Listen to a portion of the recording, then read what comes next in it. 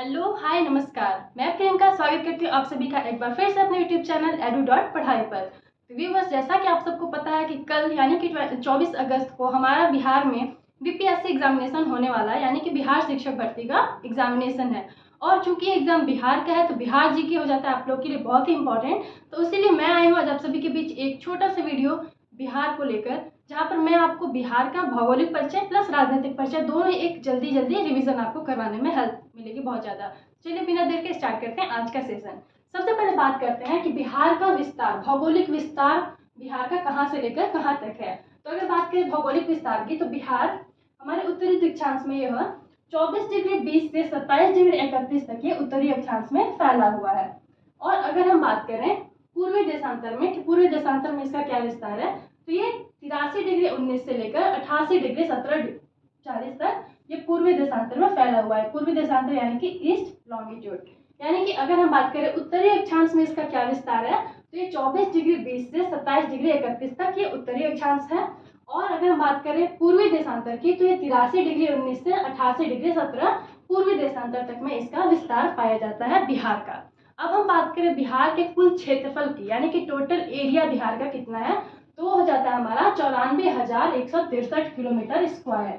बिहार का अगर कुल क्षेत्रफल पूछा जाएगा आपसे तो आपका जवाब होना चाहिए 94,163 किलोमीटर स्क्वायर। और आप देखे होंगे, अगर बिहार का मैप आप देखेंगे तो वो क्या है, वो पूर्व से पश्चिम तक कुछ ज़्यादा लंबाई है बिहार की, लेकिन चौड़ाई में वो कुछ कम है। तो अगर आपसे पूछा जाए कि पूर्व से पश्चिम तक में बिहार का क्या डिस्टेंस है टोटल एरिया, तो ये है पूर्व से पश्चिम में 483 किलोमीटर स्क्वायर। पूर्व से पश्चिम पूछा जाए तो 483 किलोमीटर स्क्वायर।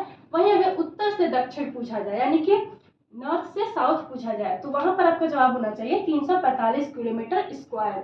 अब हम बात कर लेते हैं कि बिहार में कुल कितने जिले हैं। जिला, अब चूंकि बिहार का एग्जाम है तो आपको बिहार के बारे में सब कुछ पता होना चाहिए। तो अगर क्वेश्चन आता है कि बिहार में कुल कितने जिले पाए जाते हैं, तो आपका जवाब होना चाहिए 38, यानी कि 38 जिले हैं बिहार में। और वहीं से अगर आपसे पूछ दिया जाए कि सबसे नवीनतम जिला बिहार का कौन सा है, सबसे नया जिला जो बिहार में है वो है अरवल। ये बहुत इंपॉर्टेंट है, इसे याद रखिएगा, सबसे नवीनतम जिला है अरवल।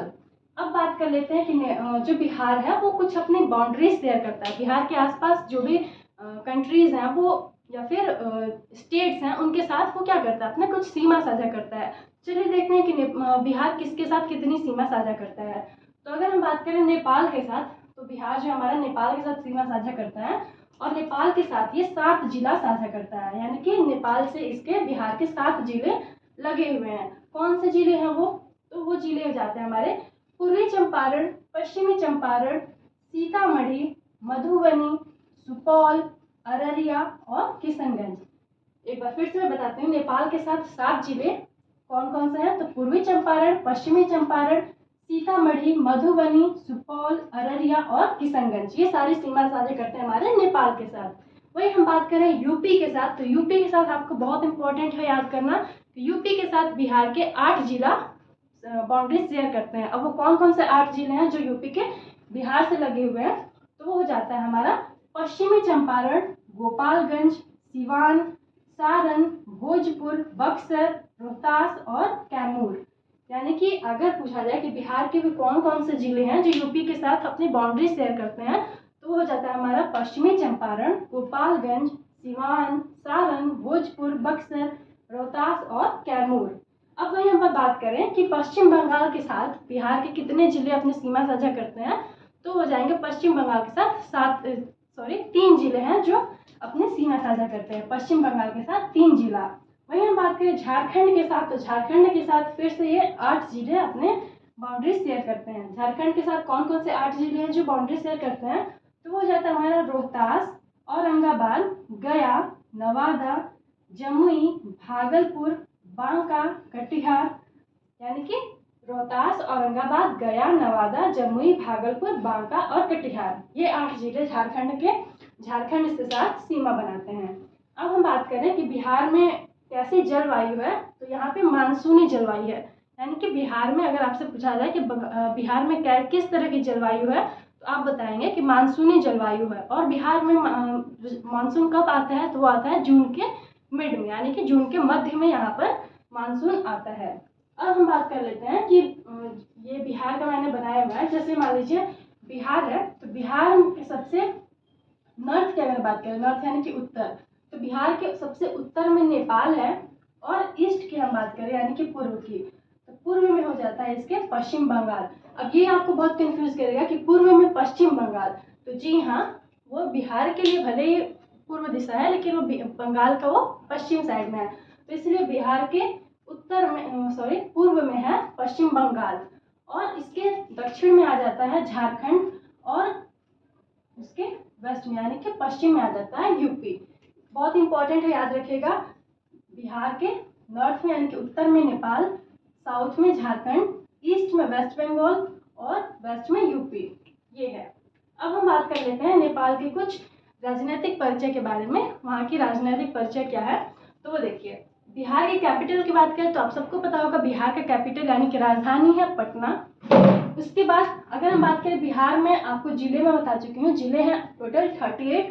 प्रमंडल की बात करें तो बिहार में प्रमंडल हो जाते हैं 9, और अनुमंडल होते हैं 101। प्रखंड की बात करें तो प्रखंड है 534, यानी कि जिले हो गए टोटल 38, प्रमंडल हो गए 9, अनुमंडल 101, और प्रखंड हो गए 534। ये बहुत इंपॉर्टेंट है, आपको याद रखना है।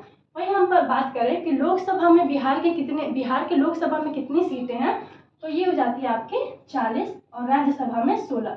लोकसभा में 40 सीट और राज्यसभा में 16 सीट, बिहार की बात है। अगर यूपी की है तो ये डिफरेंट हो जाता है, लेकिन बिहार की लोकसभा की बात करें तो 40 सीट, और राज्यसभा की बात करें तो 16 सीट हो जाते हैं यहाँ पर। अब बात कर लेते हैं कि यहाँ के सीएम कौन है, यानी कि बिहार के मुख्यमंत्री कौन है। तो अभी वर्तमान में जो बिहार के सीएम है वो हमारे नीतीश कुमार, और उप मुख्यमंत्री की बात करें तो उप मुख्यमंत्री हमारे तेजस्वी यादव। और अगर हम बात करें, ये बहुत इंपॉर्टेंट डाटा है फिर से, कि अगर सबसे पहले सीएम यानी कि बिहार के सबसे प्रथम मुख्यमंत्री कौन थे, तो वो थे कृष्ण कुमार सिंह, और इन्हें हम बोलते हैं बिहार केसरी, और आधुनिक बिहार का निर्माता भी इन्हें बोला जाता है। कृष्ण कुमार सिंह को आधुनिक बिहार का निर्माता कहा जाता है, और बिहार केसरी के नाम से भी यही प्रचलित है, कृष्ण कुमार सिंह। ये बहुत इंपॉर्टेंट है ना, याद रखिएगा। अब बात कर लेते हैं गंगा नदी की।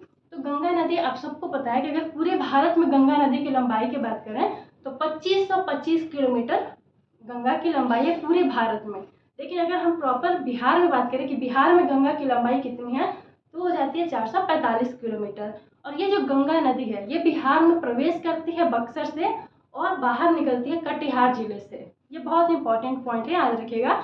गंगा नदी की बिहार में लंबाई अगर आपसे पूछी जाए तो वो जाती है 445 किलोमीटर। और ये किस जिले से प्रवेश करती है, तो बिहार में गंगा नदी प्रवेश करती है बक्सर जिले से, और बाहर निकलती है कटिहार जिले से। और ये गंगा नदी जो है वो बिहार के 12 जिलों से गुजरती है, यानी कि बिहार के 12 जिलों से गंगा नदी बहती है। अब हम बात करेंगे कि दक्षिण की नदियाँ, यानी कि बिहार में कुछ नदियाँ हैं और वहाँ की नदियों से भी क्वेश्चन डेफिनेटली देखने को मिलेगा। तो दक्षिण की नदियाँ हो जाती हैं कर्मनाशा, सोन, पुनपुन, फाल्गु, किथुल और अजय।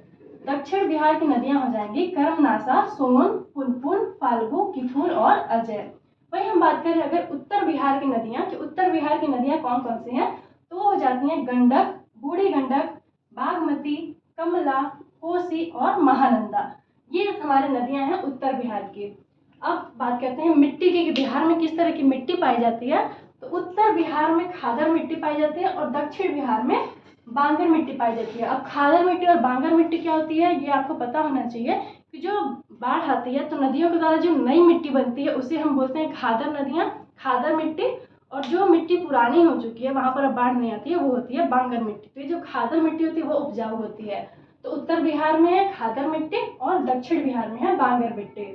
अब एक इम्पॉर्टेंट क्वेश्चन है कि कौन सी परियोजना है जो यूपी और बिहार की संयुक्त परियोजना है, तो वो आपको याद रखना है कि वो है गंडक नदी परियोजना। गंडक नदी परियोजना ये यूपी और बिहार की संयुक्त परियोजना है। तो आई होप आपका इतना रिवीजन हो गया होगा। और आप सभी के लिए एक क्वेश्चन है मेरी तरफ से कि किस नदी को बिहार का शोक कहा जाता है, कौन सी नदी है जिसे बिहार का शोक कहा जाता है। इस क्वेश्चन का आंसर आप लोग करेंगे कमेंट सेक्शन में। तो अगर वीडियो पसंद आई हो तो do like, share and subscribe channel. Thank you so much for watching.